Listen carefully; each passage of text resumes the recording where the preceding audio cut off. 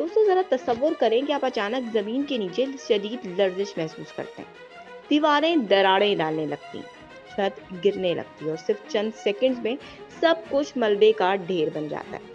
ये कोई फिल्म का मंजर नहीं, बल्कि म्यांमार में हाल ही में पेश आने वाले खौफनाक हकीकत है, जहाँ एक जबरदस्त जलजले ने पूरे शहरों को खंडरात में बदल दिया। लेकिन सवाल ये है कि आखिर ये सब कैसे हुआ? एक पूरा खित्ता महज चंद मिनटों में तबाही का शिकार कैसे हो गया? और सबसे अहम सवाल, क्या ये तबाही रोकी जा सकती थी? तो दोस्तों आज हम म्यांमार की इस तबाही की मुकम्मल हकीकत और इसके भयानक नताइज को बेनकाब करेंगे। ये सब कुछ 28 मार्च 2025 को शुरू हुआ, जब म्यांमार की जमीन अचानक शदीद लरजने लगी। जलजिला जिसकी शिद्दत 7.7 रेक्टर स्केल थी, उसने म्यांमार को हिला कर रख दिया। बुलंदो बाला इमारतें कागज के घरोंदे की तरह गिर गई। पुल दो हिस्सों में तकसीम हो गए, सड़कें दियोकामत दरारों में बदल गई। लोग जान बचाने के लिए चीखते चिल्लाते भागने लगे, मगर बहुत से लोग मौत के मुंह में चले गए। यूं एक खौफनाक ख्वाब हकीकत बन गया।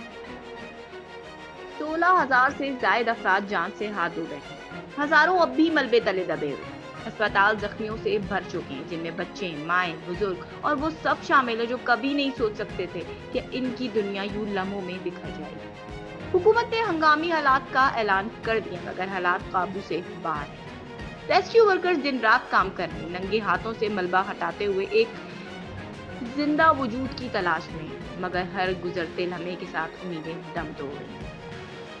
मगर सवाल ये है कि आखिर ये सब कुछ क्यों हुआ?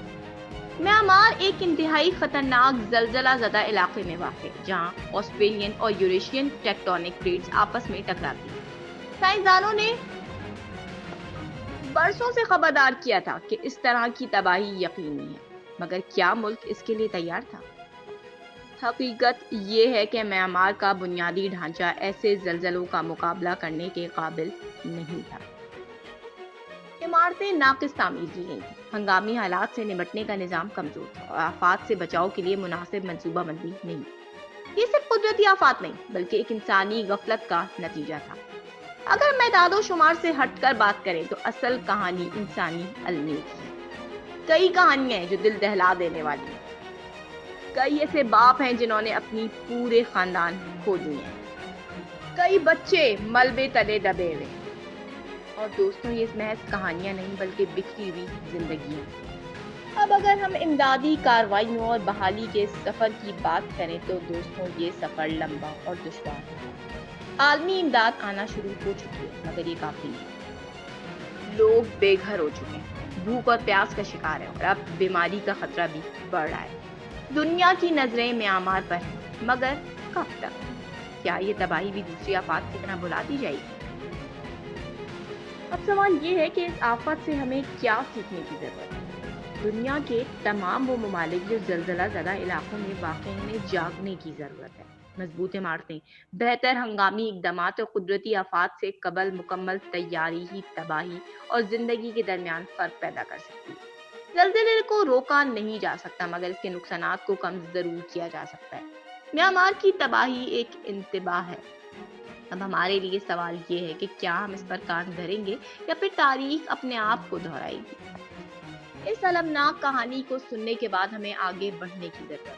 इस बारे में आगाही फैलाएं, मुतासरीन की मदद करें और हकीकी तब्दीली का मुतालबा करें। और सबसे अहम बात कि दुनिया भर में आफात से बचाव के लिए इक़दामात को मजबूत बनाने का मुतालबा करें, क्योंकि अगली बार ये तबाही किसी के साथ भी हो सकती है।